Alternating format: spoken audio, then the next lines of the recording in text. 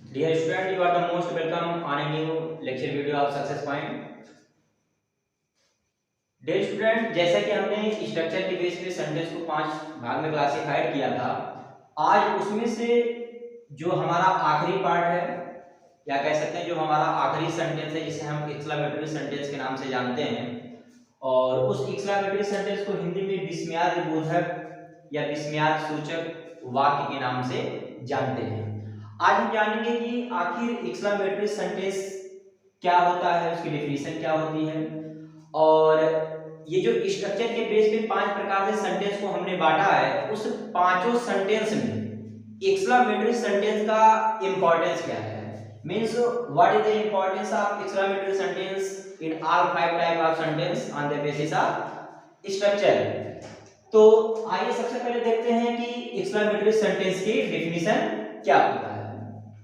कह रहा है कि दिस सेंटेंस मींस ऐसा वाक्य दैट जो एक्सप्रेस जो व्यक्त करता है, the sentence that express sudden feeling of love, Joy, sorrow or any sudden emotion is called exclamatory sentence।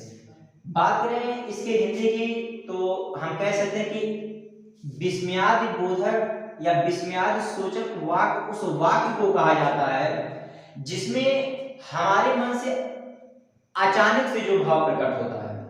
यहाँ आपको हिंदी में भी उसका डेफिनेशन लिखा हुआ मिल जाएगा कि हमारे मन में अचानक से उत्पन्न होने वाली भावनाएं, जो हमारे मन में अचानक से जो भावनाएं, कोई हमारा इंटेंशन नहीं होता कि हमें ये चीज बोलना है, मतलब विदाउट इंटेंशन अचानक से हमारे मन से निकल जाता है, हमारे मन में उद्गार होता है, ऐसे वाक्य को हम क्या कहते हैं, विस्मयादि बोधक मींस एक्सक्लेमेटरी सेंटेंस कहते हैं। तो कह रहा है कि हमारे मन में अचानक से उत्पन्न होने वाली भावनाएं जैसे प्रेम, हर्ष, दुख या आश्चर्य को, और इन जो अचानक से भावनाएं उत्पन्न हो रही हैं, इन भावनाएं जो हमारे मन में अचानक से उत्पन्न हो रही, इनको व्यक्त करने वाले वाक्यों को ही क्या कहते हैं, विस्मयादि बोधक वाक्य मींस एक्सक्लेमेटरी सेंटेंस कहा जाता है। तो इस एक्सक्लेमेटरी सेंटेंस की कुछ रूल्स होते हैं, और वो रूल्स ही कहीं ना कहीं इस एक्सक्लेमेटरी सेंटेंस को क्या करता है, एक इंपॉर्टेंस, एक अलग ही फ्लो देता है, एक अलग इंपॉर्टेंस देता है। तो आइए देखते हैं कि वो रूल, वो नियम कौन कौन से हैं। सबसे पहले रूल नंबर फर्स्ट कह रहा है कि exclamatory sentence start with the word what और हाउ। मींस जो एक्सक्लेमेटरी सेंटेंस होगा, जो एक्सक्लेमेटरी सेंटेंस होगा, उस सेंटेंस की शुरुआत स्टार्ट में शुरू होता है विथ मतलब के साथ, द वर्ड शब्द, इन शब्द के साथ, किन शब्द के साथ, व्हाट और हाउ। मतलब एक्सक्लेमेटरी सेंटेंस जो होगा वो या तो व्हाट से शुरू होगा या फिर हाउ से शुरू होगा। अब डियर स्टूडेंट, आपको देखने में लगेगा कि ये व्हाट या हाउ तो हमारे इंट्रोगेटिव सेंटेंस में जो क्वेश्चन वर्ड होते हैं उसका पार्ट है। तो डियर स्टूडेंट, इस बात को आप जान लीजिए कि ये जो व्हाट या हाउ है, ये हमारा इंट्रोगेटिव सेंटेंस में भी प्रयोग किया जाता है, लेकिन इंट्रोगेटिव सेंटेंस में व्हाट या हाउ का जो हम प्रयोग करते हैं उसका क्वेश्चन पूछने के सेंस से करते हैं, लेकिन जब एक्सक्लेमेटरी सेंटेंस में हम व्हाट या हाउ का प्रयोग करेंगे तो वो कहीं ना कहीं आश्चर्य व्यक्त करने के लिए करेंगे। कैसे करेंगे, आइए एग्जांपल के माध्यम से समझते हैं। जैसे कह रहा कि व्हाट ए ब्यूटीफुल बर्ड। जैसे मान लीजिए कि आप क्या हैं, आप बैठे हुए हैं, आप कहीं जा रहे हैं। अब मान लीजिए कि आप कहीं जा रहे हैं, अचानक से आपके सामने एक सुंदर सा, एक बहुत ही सुंदर सा पक्षी सामने आ जाए, तो आपके मुंह से निकलेगा क्या, कहेंगे wow what a beautiful bird, कितना सुंदर पक्षी है। तो यहाँ पे जो व्हाट आया, ये व्हाट क्वेश्चन पूछने के लिए नहीं आया, बल्कि अचानक से हमारे मन में उस पक्षी को देखकर एक भावना जगी, और उस भावना को व्यक्त करने के लिए हमने इस सेंटेंस का क्या किया, प्रयोग कर दिया। अगला सेंटेंस देखते हैं, कह रहा कि how bright is this star. जैसे मान लीजिए कि आप आप रात के समय में छत पे सोए हैं और आपकी निगाह आसमान में पहुंच गई, तो वहां पे अनेकों क्या रहेंगे, तारे रहेंगे। उसमें से मानिए कुछ ऐसे तारे, जब आप साइंस में पढ़ेंगे तो वहां पे कुछ ऐसे तारे होते हैं जो अन्य तारों की तुलना में थोड़े चमकीले होते हैं। अब मानिए उसमें एक ऐसा तारा है जो अत्यधिक चमकीला है, तो आपके मुंह से क्या निकलेगा, कहेंगे how bright is this star, कितना चमकीला यह तारा है। तो वहां पे हाउ का प्रयोग मैंने क्वेश्चन या हम या फिर जिसने भी इस वाक्य को बोला वो क्वेश्चन के लिए नहीं पूछ रहा है, क्वेश्चन नहीं, हाउ का प्रयोग इसलिए नहीं कर रहा है कि वो क्वेश्चन पूछना चाह रहा, बल्कि जो अचानक से हमारे मन में उद्गार आ रहा है जिन शब्दों का, जिन वाक्यों को, उसको एक्सप्रेस करने के लिए हमने किसका प्रयोग किया, हाउ का प्रयोग किया। तो प्यारे विद्यार्थियों, एक चीज और हम देख रहे हैं कि जितने भी एग्जाम्पल हैं इन सबकी एग्जाम्पल में कुछ इस प्रकार का चिन्ह लगा हुआ है, ये इस प्रकार का, इसे हम बोलते हैं साइन ऑफ एक्सक्लेमेशन या एक्सक्लेमेशन मार्क। और एक्सक्लेमेशन मार्क का प्रयोग एक्सक्लेमेटरी सेंटेंस में होता है। तो एक चीज और हम नोट डाउन कर सकते हैं कि we use exclamation mark at last of the sentence in exclamatory sentence, means exclamatory sentence के लास्ट में हम क्या करते हैं, exclamation mark का प्रयोग करते हैं। अगला रूल आइए देखते हैं क्या है। तो रूल नंबर 2 कह रहा है कि exclamatory sentence always have exclamation mark। Mark कुछ इस प्रकार का होता है, जैसा कि अभी हमने आपको बताया, तो वही यहाँ पे कह रहा है कि exclamatory sentence always have exclamation mark in the sentence.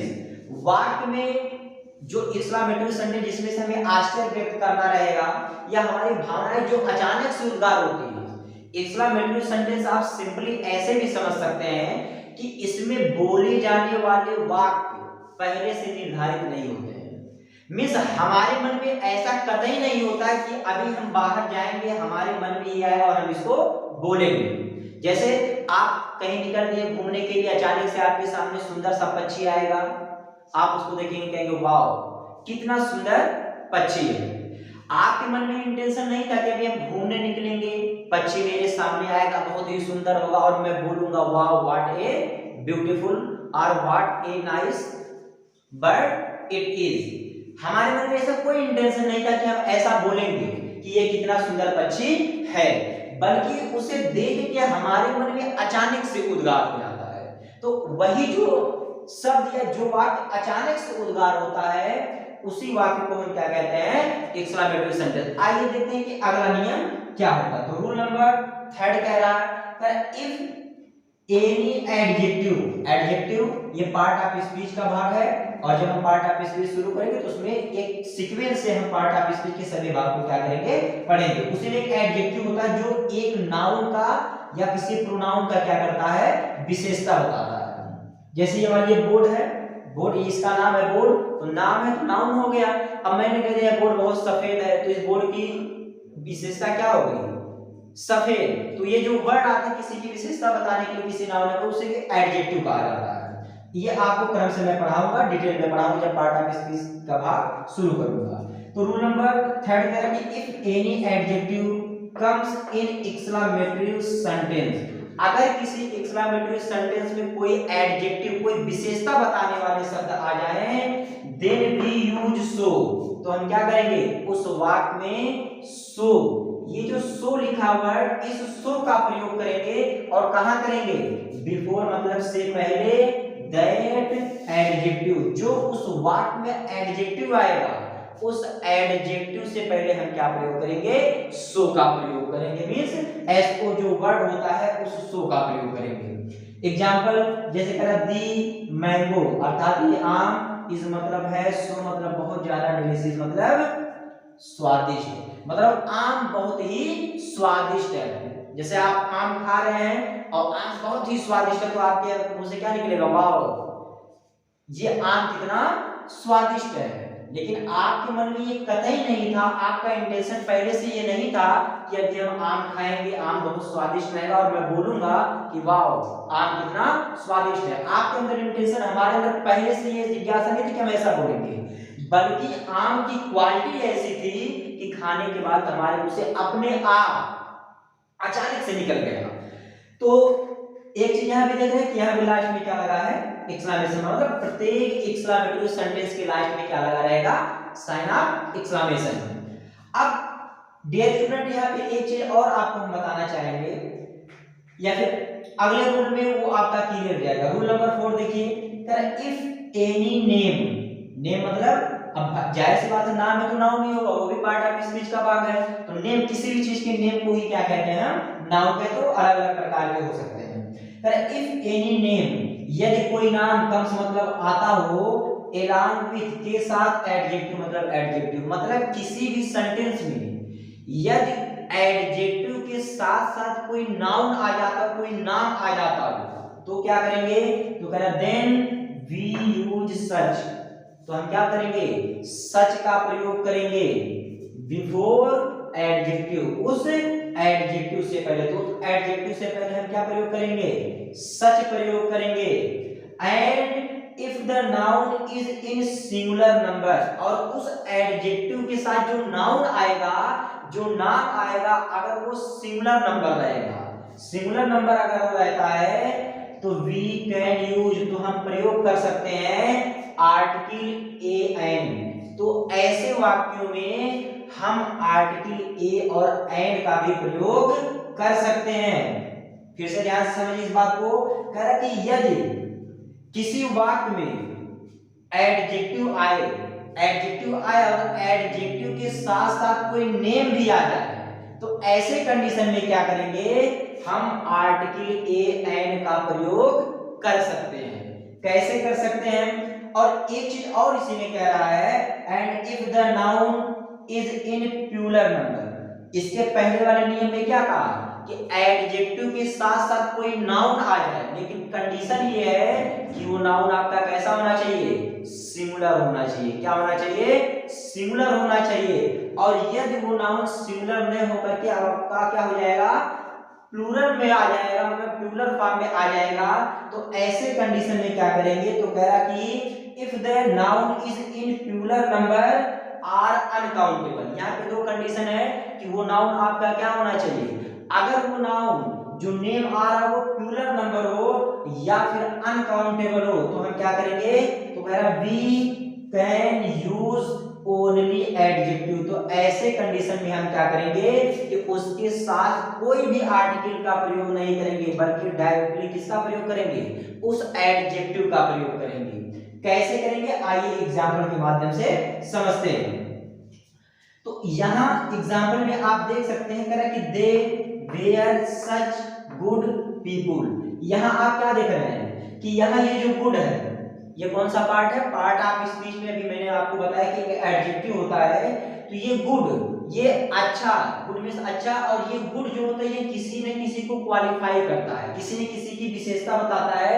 अब ये किसकी विशेषता बता रहा है, इस पीपुल की विशेषता, पीपुल मतलब लोग, और पीपुल क्या है, कौन सा नाउन, वो भी नाउन है, लेकिन कौन सा नाउन है। अब यहाँ ऊपर आप अगर देखेंगे तो कह रहा है कि noun is in plural number और अनकाउंटेबल। अब पीपुल मतलब लोग, पीपुल मतलब लोग होता है, लेकिन उस पीपुल वाले वर्ड को जो नाउन है इसे हम काउंट नहीं कर सकते, मतलब ये क्या है, अनकाउंटेबल नाउन है। तो जब ये अनकाउंटेबल नाउन है तो इस एडजेक्टिव से पहले यहाँ कोई भी आर्टिकल ए एन का प्रयोग नहीं करेंगे। और दूसरी तरफ अगर यही पीपुल, यही नाउन आपका क्या होता, सिंगुलर होता और काउंटेबल होता, सिंगुलर होता और काउंटेबल नाउन होता, तो यहाँ पे हम क्या प्रयोग करते हैं, ए का प्रयोग करते हैं या फिर एन का प्रयोग करते हैं। अब कहाँ ए का प्रयोग करते हैं, कहाँ एन, ये आर्टिकल का विषय है, लेकिन जल्दबाजी में हम इतना जरूर बता सकते हैं कि ए का प्रयोग, ये आर्टिकल ए का प्रयोग उस नाउन से पहले किया जाता है जिसकी शुरुआत किसी शब्द के, जो हम उच्चारण करते हैं, प्रोनाउंसिएशन करते हैं, उसका प्रोनाउंसिएशन यदि कॉन्सोनेंट से होगा तो ए का प्रयोग करेंगे, और उसी नाउन, जो नाउन है अगर उसका प्रोनाउंसिएशन किसी वावेल साउंड से होगा, मतलब उसका जो उच्चारण है वो स्वर से हो, तो ऐसे कंडीशन में हम क्या करेंगे, एन लगाएंगे। यहाँ ऊपर के एग्जाम्पल में या फिर ऐसे भी हम बता सकते हैं, जैसे कि आपसे हमने कहा कि यदि पीपुल, ये पीपुल जो है अगर यही अनकाउंटेबल नाम के काउंटेबल हो जाता तो यहाँ पे हम क्या लगाते हैं, आर्टिकल ए या एन का प्रयोग कर देते हैं। जैसे मान लीजिए हमने यहाँ पीपुल को क्या कर दिया, हटा दिया। अब हमने यहाँ पे क्या कर दिया, किसी काउंटेबल और सिंगुलर नाउन को रख दिया। तो मैंने यहाँ से हटा दिया और लिख दिया कि ही वाज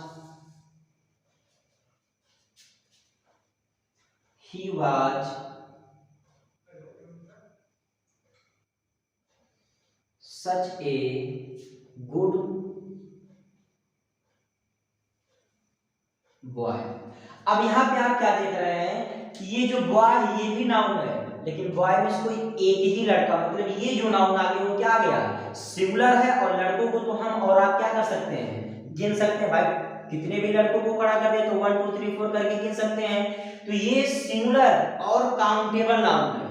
तो जब एक्सक्लेमेटरी सेंटेंस में किसी एडजेक्टिव के बाद, अब जाहिर सी बात एडजेक्टिव आएगा तो उसके बाद नाउन ही आएगा या प्रोनाउन आएगा, क्योंकि अगर नाउन या प्रोनाउन नहीं आएगा तो विशेषता किसकी बताएगा। तो एडजेक्टिव जब भी आएगा तो उसके बाद जिसकी भी वो विशेषता बता रहा है वो शब्द जरूर आएगा। तो अब ऐसे कंडीशन में आप क्या देख रहे हैं कि ये जो शब्द वर्ड, ये जो नाउन वर्ड है, सॉरी ये जो वर्ड बॉय है, मतलब जो नाउन बॉय है, इस बॉय को हम देख रहे हैं कि सिंगुलर नंबर और काउंटेबल है। तो ऐसे कंडीशन में जब ये आपका वर्ड सिंगुलर रहेगा, नाउन सिंगुलर और काउंटेबल रहेगा, तो इसके पहले जो एडजेक्टिव आएगा उसके पहले हम आर्टिकल ए एन का प्रयोग कर सकते हैं। अब यहाँ पे ए का प्रयोग मैंने क्यों किया, क्योंकि जब इस गुड का प्रोनाउंसिएशन लिखेंगे हिंदी में तो ऐसे लिखेंगे, और इसमें जो पहला अक्षर ग आ रहा है वो हिंदी का क्या है, व्यंजन है। और जब व्यंजन से शुरुआत होगा तो हम यहाँ पे क्या लगाएंगे, ए। अगर यहीं पे स्वर होता तो यहाँ पे हम क्या लगाते हैं, एन लगाते हैं। तो ये कुछ 3-4 महत्वपूर्ण नियम थे एक्सक्लेमेटरी सेंटेंस का। और एक्सक्लेमेटरी सेंटेंस जो स्ट्रक्चर के बेस पे हमने बांटा था 5 प्रकार, उसका अंतिम सेंटेंस था। और बहुत ही इंपॉर्टेंट सेंटेंस होता है, जब आप active voice passive voice separation पढ़ेंगे तो उसमें इसका एक अहम रोल होता है। ठीक है, तो हमें लगता है कि एक्सक्लेमेटरी सेंटेंस के बारे में आज आपको जो भी जानकारी होनी चाहिए वो हो जाएगी। आप अंत तक पूरे इस वीडियो को देखिए। अगर वीडियो अच्छा लगे तो उसको लाइक, और अगर चैनल पे नए हैं तो चैनल को सब्सक्राइब भी कर सकते हैं, ताकि जो भी अगला क्लास मैं लूं वो सीधे आपके पास पहुंच जाए। जय हिंद।